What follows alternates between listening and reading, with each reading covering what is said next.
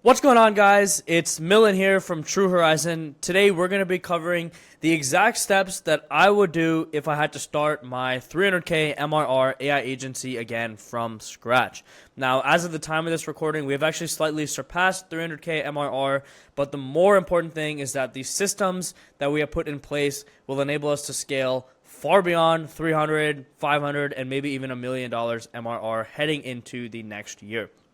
And so we've developed a very robust playbook as to exactly how to start, grow, and scale your own AI agency. And again, this is going to be the exact roadmap that I would follow if I had to start again and rebuild TrueHorizon from scratch. So getting right into it, why trust this playbook at all? First of all, like I said, we have scaled to over 300K MRR as of the time of this recording. We've done over 25 engagements, from pre-revenue startups all the way up to publicly traded Fortune 500s.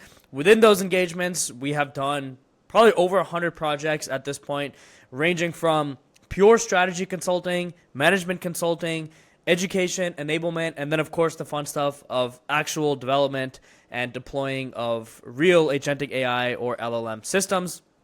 And again, everything in here is 100% practical. Every strategy and tactic shared is directly applicable to closing multi-six-figure AI deals and starting and growing your own AI agency to multiple six figures per month. And again, these are lessons learned from myself and my two co-founders, Nate Herc and Tyler Bauckham. So jumping right into it again, who this masterclass is for. Really three main avatars here: aspiring AI agency founders who are starting from zero and are ready to build a profitable business in 2026. Established agency owners, maybe you run a social media marketing agency, maybe you run a design agency, a creative agency, and you want to start learning how to offer high-value AI solutions inside of your own business. And then freelancers and consultants who are ready to begin scale and open up a true company. So to start off, one of the most important things to understand is why most AI agencies fail.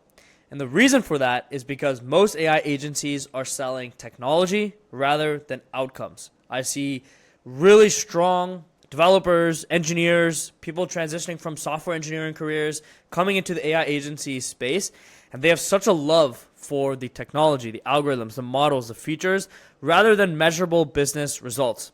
Now, to run a successful AI agency, you definitely do not need to be a, super strong engineer or even a super strong salesperson.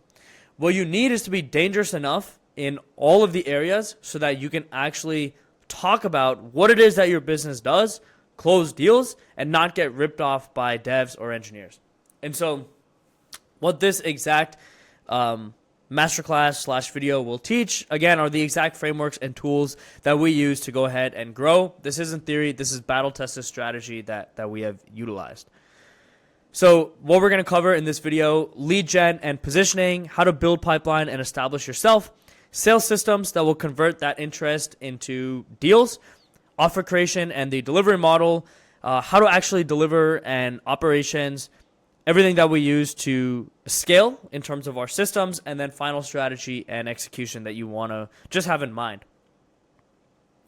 So, like I was saying, before building an AI company, a profitable AI services company, a profitable AI consultancy or AI agency, you need to be dangerous enough across a few fundamental areas. You don't need to be a world-class engineer. You don't need to be a world-class salesperson. You just need strategic competence across a few pillars of critical skills that's going to allow you to hire properly and is going to allow you to actually communicate the value of your company and of your business and what it is that you actually fundamentally do for customers and how you create and ship value.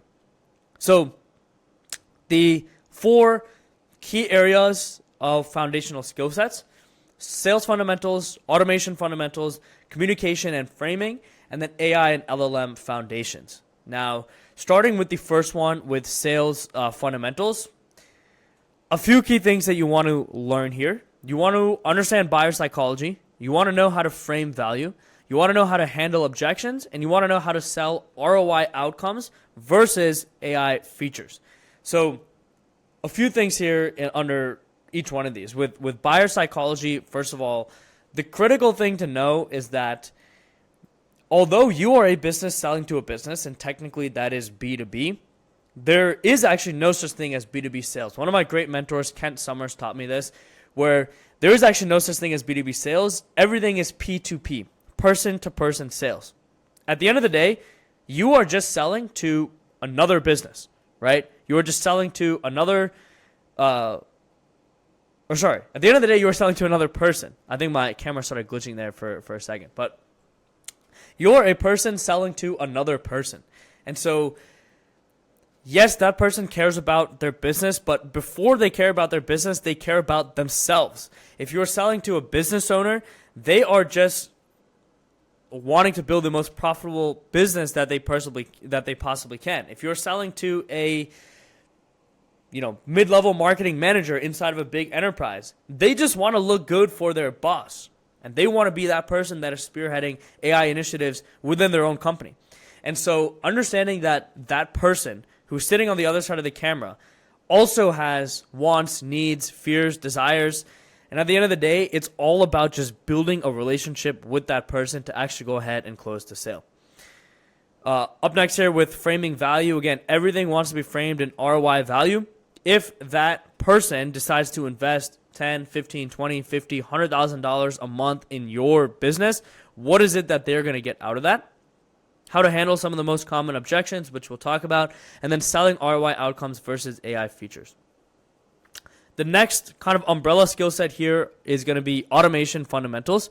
So you want to learn some of the core tools and concepts like N8N, APIs, webhooks, understand the basics of data flow, triggers, inputs, and outputs. Again, you don't need to be some cracked automation engineer, but if you don't know the basics, you are not going to be able to sell anything because you are not even going to know what it is that you're actually selling. And so really taking the time to learn, build some of these automations on your own, watch free videos, and actually follow along and build some systems. It's going to give you an understanding of what it is that you actually sell, which again, if you don't know what it is that you sell, it's going to be impossible for you to sell. And it's going to let you get a feel for what it actually takes to build automations and systems, which is going to allow you to communicate with your engineers and your developers way better down the line when you actually start to bring them on. Next one is communication and framing. When you're talking to executives, specifically non-technical executives, you want to be talking about time, money, and efficiency, right? You don't want to be talking about the latest and greatest in AI and the nitty-gritty about dimension sizes and chunking when it comes to vector stores. There are going to be some stakeholders that deeply care about that. In fact, you need to be able to demonstrate competence in those areas, but ultimately it's about showing that you are competent in those areas, but translating that competence into time, money, and efficiency for the business owners that you are actually talking about. And so that's really what it's about. That's really what the communication and framing is about. And then, of course, you want to be able to inspire team members. Ultimately, your greatest leverage is going to be the team that you build, the developers you bring on, the sales team that you hire, the operations, the marketing, content partners, literally everything. And you want to be able to inspire greatness in them. The last component here is your AI and LLM foundations. So again, you don't need to be an AI engineer, right? You don't need to be a PhD level research scientist that can go get a job at OpenAI or be like one of these cutting edge, AI researchers. But you do need to know the basics and the high level of the different foundational models, LLM, what is RAG, what are vector embeddings, what is MCP, when do you fine tune an LLM? And being able to speak about these topics, again, in such a way that non-technical business executives can understand and translate these topics into time, money, and efficiency, that is going to close so many deals for you because this is the skill set that is in demand right now. Nobody really knows this kind of stuff. So you being the one to know this kind of stuff is going to be exactly what actually positions you as an expert and gets you to go ahead and start closing more deals. All right, so jumping into lead gen and positioning. How to build pipeline and position yourself as a trusted AI partner rather than just another dev shop. So There's a few key channels here for lead gen, and I want to spend some time basically discussing each one. So the first one, the most obvious one, is going to be outbound direct prospecting, right? Across channels, across LinkedIn, email, Twitter, cold calls, and then, of course, in-person networking events. If you live in a city, in-person networking events is going to be like your best friend when it comes to landing your first client and getting off the ground. And so what you want to do is use AI, right? Use AI research agents to personalize outreach, crawl LinkedIn websites, job postings. If you find, people on Indeed hiring for receptionists, that's a buying signal for a AI voice solution.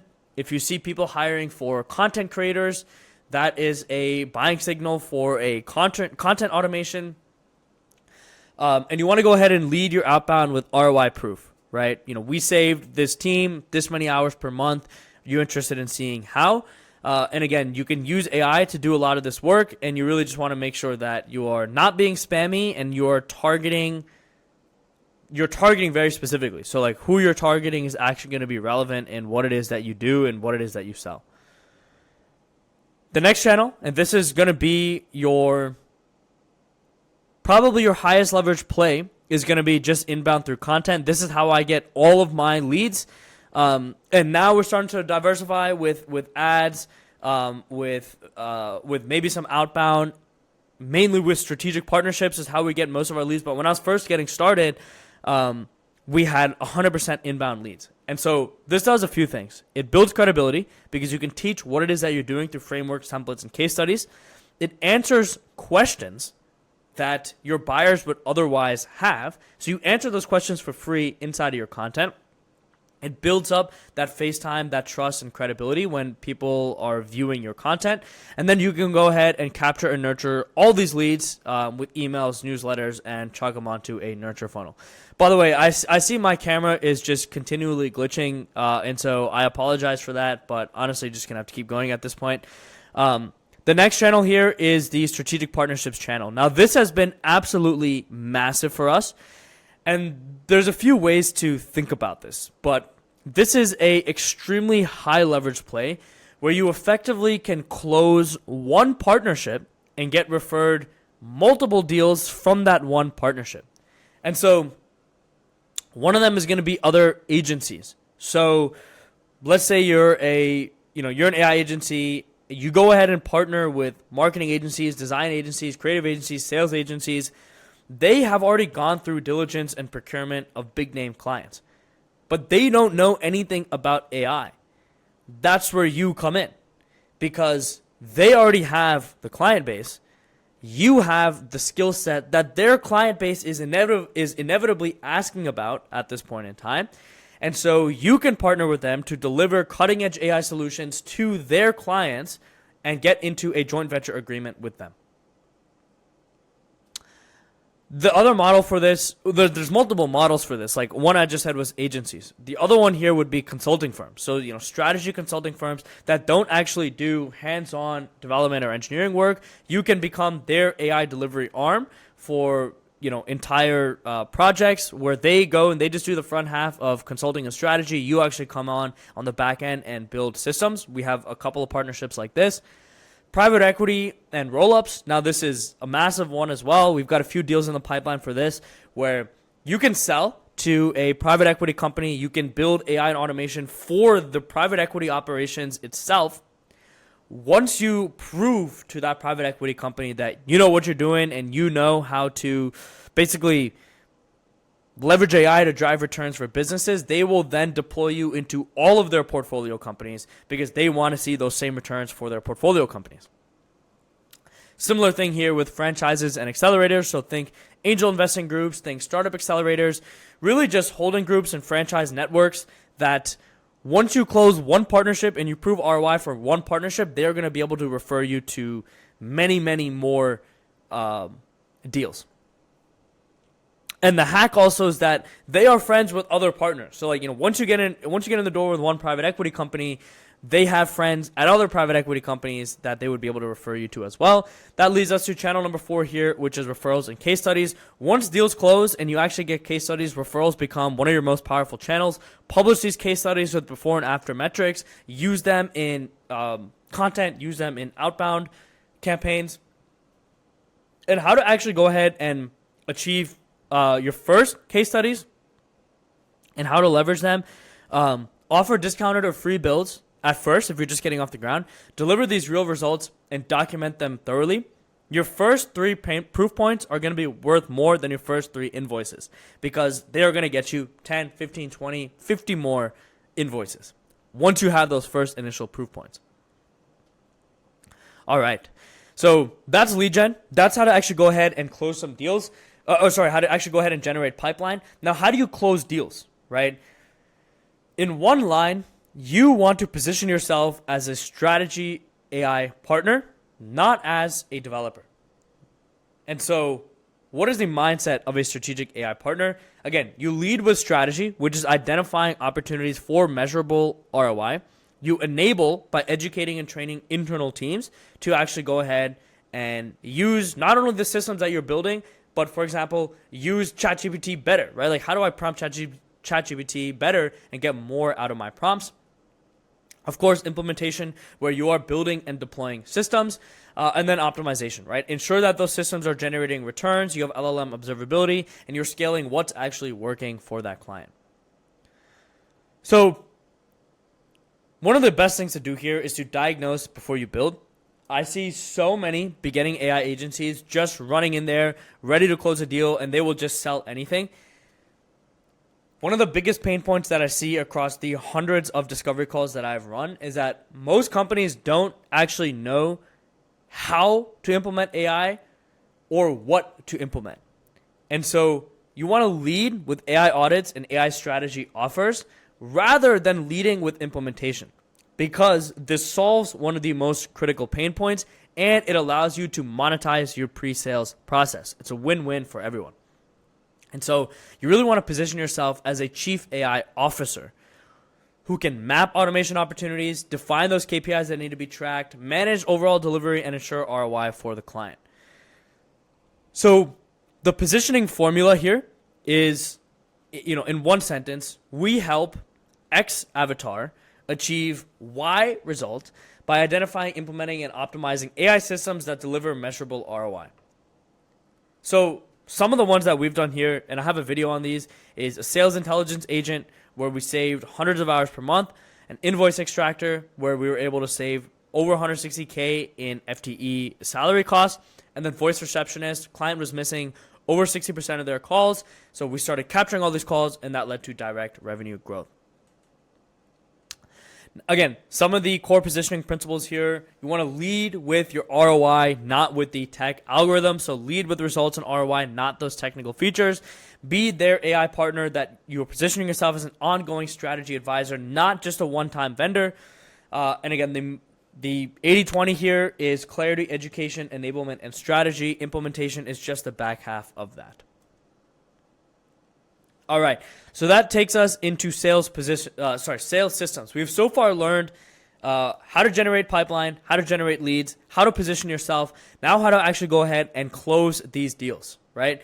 So we take here a 3-call sales model for most of our bigger clients. There are going to be some cases where you're going to be able to 1 or 2 call close, but generally speaking, this is the model that we use. Now, it also all depends because as you move up market, you start selling to enterprises. Once you actually close the deal, just procurement itself sometimes will take months. Vendor diligence will take months, and that also requires multiple calls. So it's very nuanced, right? If you're selling to, like, let's say $100 million and less companies, this is going to work. If you're selling to $500 million, billion-dollar plus companies, you're going to start going through procurement, vendor diligence, and all these types of things, which obviously adds a lot of time to the sales cycle. But generally speaking, for beginners just getting started, targeting these smaller companies, 10, 50, $100 million companies, this model is going to work pretty well. So you have initially an intro/exploratory call. In this call, the main goal here is to build a relationship. So you want to build trust. You want to identify pain points, and you want to qualify that buyer's readiness and budget. That takes you into the ROI or demo call, where you map the pain points from what you have uncovered there on the first call to a concrete demo, business case, ROI model, and you can showcase that solution utilizing our Tell, Show, Tell demo framework with concrete examples and then you move into the closing call. Many times you're going to be able to close right there on the ROI call. And in fact, you really want to do that actually because the buyer's going to be hot. But if not, move into a final closing call, handle those objections. You want to present pricing way earlier on, but really just go ahead and close the payment and send the invoice. Again, like once you start selling to enterprise, you're going to deal with typical enterprise payment cycles, which is net 30, net 45, if you're really unlucky, like net 90, where you do the work and then 90 days later you get paid. That's very standard for enterprise deals. But for, again, those smaller companies, just go ahead and invoice them live on the call. One of the most critical things, which I've been talking about, is to sell AI audits, right? Or AI opportunity map, really however you want to present it. What this is, though, is it is a strategy engagement where you ensure that the client's AI investment is going to pay off. There was that famous study that went out that 95% of Gen AI pilots fail. One of the core reasons for this is because there isn't enough strategy and diligence and ROI mapping before building LLM systems. So go ahead and sell an AI audit where you actually run an audit, you identify those places of ROI for AI inside of a given business, positioning you as a premium partner and filtering out tire kickers. Because if someone's not going to invest 1, 3, 5, 10K upfront, depending on the size of the business, to actually identify where AI can identify opportunities, chances are, they're not going to be investing way more in actual development retainers. And again, what is B2B sales at its core? It is P2P. It is person to person. So keep that in mind as you go ahead and position the audit. So one of the essential frameworks that we use here, one of the questions that I still to this day open with is how bullish are you on AI? Or some variation of this question. This is an amazing qualification question to gauge commitment and readiness. Now, we're transitioning to like much more robust lead magnets where we basically get the answer to this question before even hopping on a discovery call. But this is one of the greatest openers that we've had so far throughout the course of our agency. We also utilize the 4 pillars framework, which is how you identify automation opportunities. Basically, you look at each of these 4 pillars, what tasks are repetitive, time-consuming, error-prone, and scalable, and present them like a matrix. You think of like a 4x4 where they put into, like they fill out the matrix with these tasks that fit in these buckets, and those are going to be the areas for automation where automation will actually go ahead and drive ROI. ROI formula here, time saved, times the cost, times the frequency is going to be your measurable value. And then a 3x ROI anchor, if you can prove that something saves them 10K per month and you charge 3K per month, that is going to go ahead and the sale is basically going to write itself at that point. So some common objections that we get, IP concerns. So address this up front with clear agreements, right? As is pretty typical of services companies, client will own everything. Also, because you're integrating a lot into their own data ecosystem, that typically makes sense. Privacy and security, go ahead and showcase data handling protocols. If you're using AWS or whatever cloud provider you're using, go ahead and you can leverage their security because you're using all of their things. So, their SOC 2 compliance, you can go ahead and showcase that. For cost, always tie back to ROI multiples and efficiency gains. If you haven't been able to quantify the cost saving and efficiency gain for a client, you have not done the sales process properly. So go back to that. Go back to identifying where AI can actually drive ROI, quantify those, ask them for numbers, and you're going to get no objections on cost. And then another big objection we get is data readiness. So, they'll say, hey, my data's all over the place. I need some time to fix it or whatever. That's where the AI audit comes in as the solution to go ahead and assess and prepare their entire data infrastructure to actually build LLM systems that generate returns. So moving into offer creation and delivery model. How to build scalable offers and pricing models that can create that predictable monthly recurring revenue. So, like I said, we have a few offers, right? But the audit and strategy is one offer. The implementation and enablement is the next offer. And then the optimization and competitiveness. So this is basically the core offer structure that's going to make sure what you're delivering adds value and is going to allow you to have a ongoing client relationship where they continue to pay you every month or every quarter or whatever your payment terms actually are.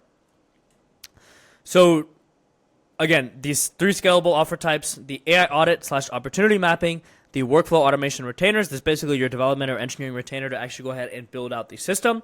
And then fractional chief AI officer, the ongoing advisory and oversight of all the systems, ROI tracking, etc. So starting off here with the AI audit, some of the key deliverables to have. You want to have an AI roadmap that includes a strategic implementation timeline with priorities. You want to have process diagrams, so visual workflows that showcase before and after states. So like, the before state of a content research team is I go and I manually scrape 10 websites and 10 data sources. Then I manually put them into a spreadsheet. Then I manually shift through them and rank them by priority. Then I manually enrich the data, and then showcase the after state, right? That research team just presses enter on an end-to-end workflow and boom, they get the output. So you want to actually show that. You want to take that to the next level by showcasing the ROI projections, right? How much time was that content research team spending? How expensive is that content research team? What is the after state, right? How much time will it take the AI to run? And what is the projected LLM token cost usage? So you can very easily quantify the ROI that business owner would gain. Want to have that rollout plan, right, which is the phased implementation with key milestones, and then governance documentation, right? How are we going to securely handle your data? How do we make sure that the janitor doesn't have access to the CEO chatbot and can get all proprietary company financial data, and showcase how we actually go ahead and implement role-based access control and have that strict data governance in place. Again, we discussed the 4 pillars framework, right? But this is how you can actually go ahead and run AI audits. You can turn this into a lead magnet but actually use this also as a deliverable in the AI audit, ship this out to the entire company that you are auditing and coming on as an AI partner for, and go ahead and utilize this. Now for pricing models, we have a few different pricing models here. I think I made a couple of videos on this as well, but when you're first getting started, you can utilize the flat fee. Now we 100% recommend avoiding the flat fee as much as possible. But when you're first getting started, it's not a bad way to go because it is very clear. As long as you can do these, as long as you can have a clear scope with objective success criteria, which are fixed deliverables, that's going to allow you to close faster, which is not too bad. And again, this is very good for POC and pilot builds. The retainers is where you really want to move towards. This creates that predictable MRR and the ongoing relationship. It's a monthly recurring fee. It's going to enable you to have continuous optimization of systems, and you can go ahead and have that stable revenue. As you move into enterprise, you're going to want to start charging department by department. This is because in large enterprises, now we're talking $5, $7, $10 billion plus companies, departments are very, very siloed, and they have different P&Ls, they have different reporting metrics, different financial stakeholders, and so each department is effectively a different client. And so to make sure that you are scaling properly, you can go ahead and charge by department. Some of the value levers to pull here for premium pricing is going to be your SLA response time, integration complexity. So like, let's say something is native to end-to-end versus you have to write custom code to integrate. You'll want to charge more for that. IP ownership, compliance requirements, and then support hours, again, tying back into those SLAs. All of these are things that you can use in negotiation when you are negotiating price. So moving into delivery and operations, how to deliver results that scale profitably and predictably with that technical excellence. So our core tech stack that we use here at TrueHorizon, we use n8n as our backbone for connecting systems and our primary agent building platform. We use AWS for hosting, scalable infrastructure, security, monitoring, and DevOps. And then we use Supabase as our primary database, although it really depends on the client deployment, but this is like kind of the core stack. Some of the standards for technical excellence here. LLM observability. You want to have a crystal clear view over latency, cost per request, token consumption, accuracy, and eval metrics, and you want to be continuously making sure that you are viewing these metrics and that you are reporting them to the client and continuously optimizing the system based on these metrics. You want to have eval metrics. So there's a few, like this can get very technical with things like cosine similarity, much more in-depth RAG evals, precision scoring. One of the easiest ways to do this is just have human evals, right? So like when the LLM outputs a provides a given output, have a human review that. You want to be A/B testing your prompts, your workflows, and models systematically to make sure that you are always using the best in class. Again, model selection. Choose GPT, Claude, Gemini, Grok, DeepSeek, or again, open source based on privacy requirements, based on latency, based on accuracy, cost, etc. You want to be testing all these models consistently to make sure you're using the best. And the feedback loop here is basically you deploy, you capture the data we just talked about, you retrain or redeploy the system, and then go ahead and deploy and continuously be doing that and charge for that as well to make sure that you are constantly shipping the best product possible. For ops and team management, we typically do a weekly stand-up with all of our clients. We have ROI dashboards that are automatically updated as we ship things into production. We utilize ClickUp as our client portal, and we use ClickUp for basically everything as well, including communications, project management, as our CRM, basically as everything. ClickUp allows you to build a ton of automated progress reports as well. And then, of course, have internal retrospectives where you can improve your processes continuously.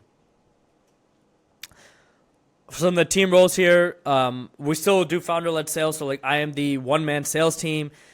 We have 2 or 3 project managers at this point, and now we have 15 engineers who are responsible for the technical delivery. And then I have a CTO who oversees everything when it comes to delivery as well, and co-runs operations, finance, and strategy with me as well.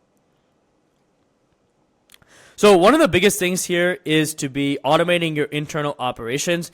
You want to practice what you preach, and this actually will also turn into case studies that you can use. You can say that you've built out these systems as well. So some of them would be client onboarding, invoicing, project tracking, discovery call research. There are so many things that you can automate for your own business as you start to grow and scale. So make sure that you're actually doing that, because you don't want to be a guru that just goes ahead and is preaching something that you've never practiced. Plus, it's going to give you that practice to actually build systems, collaborate with team, and again, turn these into case studies.